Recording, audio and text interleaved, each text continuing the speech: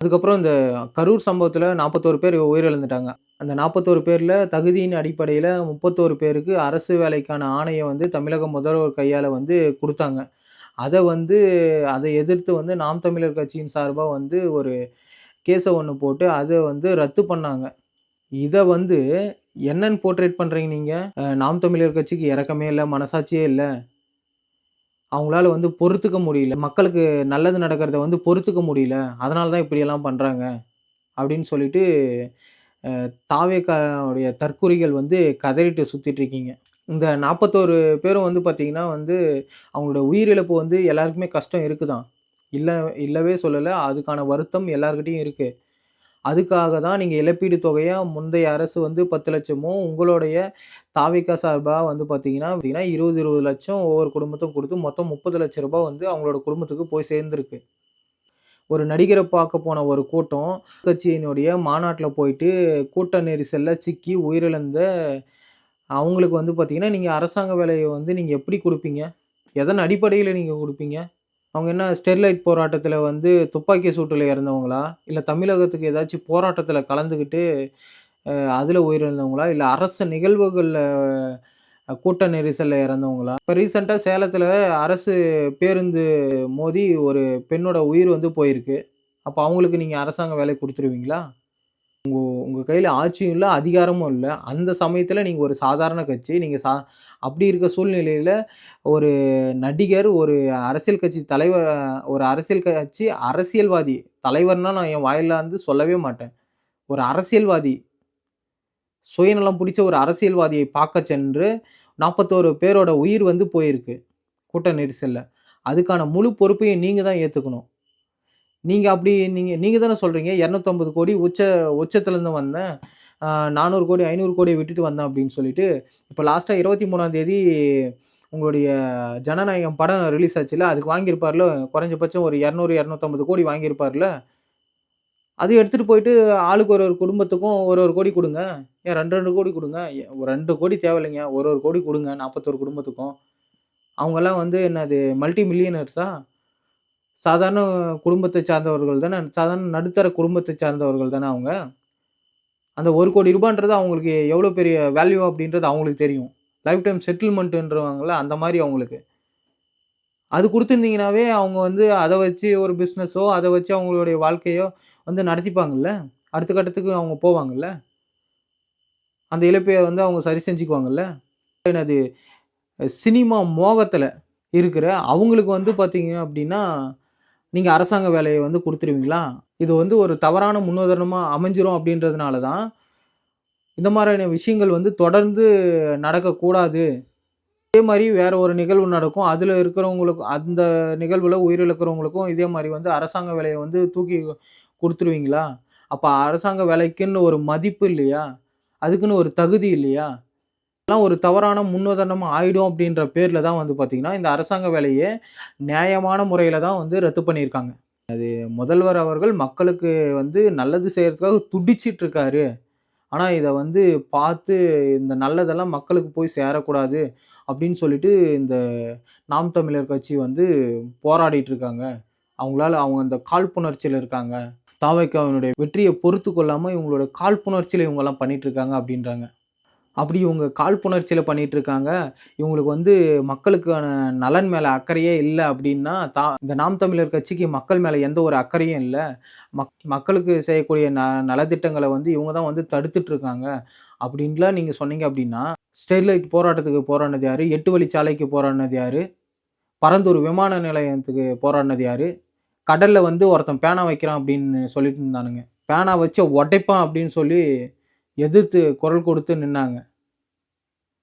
நாங்க ஆட்சியில இல்ல, அதிகாரத்தில இல்ல தான். இப்போ வரைக்கும் முட்டை தான். 0 தான். ஆனா, இந்த 0வ பார்த்து, இந்த 0 நடத்தின போராட்டத்தினால தான் இத்தன விவசாயிகளுக்கு எதிரான திட்டங்கள எல்லாத்தையும் வந்து தடுத்துட்டு வந்துட்டுருக்கோம். ஆனா, இந்த அரசாங்கம் என்ன பண்ணிட்டுருக்கு? திரும்பவும் என்னது 8 வழிச்சாலைக்கு வந்து பிள்ளையார் சொல்லி போட்டிருக்கு.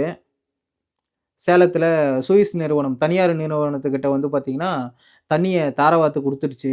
இன்னைக்கு சேலத்தில விவசாயிகள் வந்து அவங்க நிலத்தில போர் போடணும்னாலும், கிணறு வெட்டணும்னாலும், போயிட்டு தனியார் நிறுவனத்துக்கிட்ட வந்து பார்த்தீங்கன்னா, அனுமதி பெற நிலைமையில வந்து தள்ளப்போது. குடிக்கிற தண்ணிக்கான வரி வந்து அதிகமாகும். இதெல்லாம் கேட்டா நீ வந்து டிஎம்கே கட்சி, ஏடிஎம்கே கட்சி அப்டின்லாம் வந்து ப்ளேம் பண்ணுவீங்க. நான் எந்த கட்சி சார்பாவும் பேசலைங்க. நார்மலா வந்து நான் தமிழகத்தோட ஒரு குடிமகனா வந்து பேசுறேன். குடிக்கிற தண்ணியே வந்து மக்களுக்கு வந்து சுத்தமா அரசாங்கத்தால குடுக்க முடியல அப்டின்னா, அந்த அரசாங்கம் எப்படி வந்து தூய அரசாங்கமா இருக்கும்? ஒரு தனியார் நிறுவனம் வந்து லாபம் நோக்கம் இல்லாம மக்களுக்கு வந்து சேவை மனப்பான்மையில வந்து சேவை செய்வாங்களா? அந்த சூயஸ் நிறுவனத்த பத்தி பல நாடுகள் வந்து தெரிஞ்சு சூயஸ் நிறுவனத்த அடிச்சு தொரத்தியிருக்காங்க. அந்த மாரியான ஒரு நிறுவனத்த எடுத்துட்டு வந்து நீங்க சேலம் மாநகராட்சியோட குடிநீர் வழங்குற திட்டத்த வந்து நீங்க அவங்க கையில குடுத்துருவீங்க. வந்த உடனே எ 700 டாஸ்மார்க்க மூடணும் அப்படின்னு சொன்னீங்க. 700 டாஸ்மார்க்க மூடிட்டு, இன்னைக்கு வந்து என்ன பண்ணிட்டு இருக்கீங்க? தனியார் பார்கள் வந்து தொறந்துட்டு இருக்கீங்க. படுத்துக்கணும் போத்திக்கலாம், போத்திக்கணும் படுத்துக்கலாம் அப்படின்ற மாரி, அங்கேயே குடிச்சிட்டும் தூங்கலாம், தூங்கினேவும் குடிக்கலாம். அப்படின்ற மாரி நீங்க வந்து இப்ப பாரு, அங்கேயே வந்து அப்படியே என்னது ரெஸ்டாரண்ட் எல்லாமே அங்கேயே எல்லாம் உள்ள வச்சு மக்களுக்கு வந்து இன்னும் ஊத்தி ஊத்தி குடுங்க. அப்படியே ஃபயர் விட்டானுங்க. இந்த 700 டாஸ்மார்க் அப்படியே குளோஸ் பண்றது அப்படியே 700 டாஸ்மார்க்க குளோஸ் பண்ணிட்டாங்க. அது இதுன்னுலாம். எப்பவுமே ஒரே ஒரு விஷயம் தான். போதிக்கும்போது யாருக்கும் புரியாது. பாதிக்கும்போது தான் புரியும். கன்னியாகுமரியில கனிம வள சுரண்டல், அத வந்து பார்த்தீங்கன்னா, இன்னும் வந்து எக்ஸ்டெண்ட் பண்ணியிருக்கீங்க அங்க. இந்த மாரி சொல்லிட்டே போலாம். 1000 விஷயங்கள். அதாவது பிஜேபி வந்து என்ன பண்ணணும்னு நெனைச்சாங்களோ தமிழகத்துல, அத வந்து ஒண்ணொன்னா வந்து அவங்களுடைய அரசு வந்து இங்க இல்ல. அவங்களுடைய ஆட்சி வந்து இங்க இல்ல. ஆனா தாவேகா மூலியமாக இத்தனையும் வந்து பிஜேபி வந்து அவங்க நெனைச்சதெல்லாம் பண்ணிட்டு இருக்காங்க.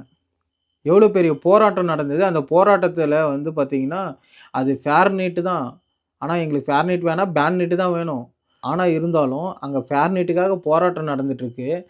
அத வந்து கேட்கறதுக்கு எந்த தில்லும் இல்ல, திராணியும் இல்லாத ஒரு அரசாங்கம். கடைசியா ராஜ்மோகன் அவர்கள் அவங்க வந்து மத்திய கல்வித்துறை அமைச்சர் வந்து ரெசிக்னேஷன் வந்து குடுத்துட்டாரு அப்படின்ற தகவல் தெரிஞ்சதுக்கு அப்புறமா, இங்க இருக்கிற கல்வித்துறை அமைச்சர் வந்து போராட்டத்தில போயிட்டு கலந்துக்கிறாரு. இப்ப இருக்கிற இந்த சோசியல் மீடியா எல்லாம் வந்து எத வந்து பெருசா போர்ட்ரேட் பண்றாங்க அப்படின்னா, தீக்குச்சி நெருப்பு தான் இருக்கும். ஆனா, அந்த தீக்குச்சி நெருப்ப வந்து என்ன பண்றாங்க, மக்களுக்கு முன்னாடி ஒரு பெரிய மலையையே எரிஞ்ச மாரி, அதாவது நம்ம தமிழக முதலமைச்சர் அவர்கள் ஏதாச்சும் ஒரு சைகை பண்ணாலும் சரி, ஏதாச்சும் ஒரு ரோட்ல போனாலும் சரி, ஏதாச்சும் ஒரு ஆய்வுக்கு போனாலும் சரி, அத வந்து ஹைப் பண்ணி, பெருசா போர்ட்ரேட் பண்ணி, அதுக்கு ஃபயர் விட்டு, ரீல்ஸ் போட்டு, ஆயிரக்கணக்கான ரீல்ஸ வந்து போட்டு, அத மக்கள் முன்னாடி எடுத்துன்னு போயிட்டு சேர்த்திட்டு, அதுக்கு பின்னாடி இத்தன விஷயங்கள் நடந்துட்டு இருக்கு. இத வந்து மக்கள் வந்து நார்மலைஸ் பண்ணிட்டு போறோம் எல்லாருமே. இந்த நார்மலைஸ் பண்ணிட்டு போறது வந்து பார்த்தீங்கன்னா, இது எங்க போய் முடிய போதோன்னு தெரியல.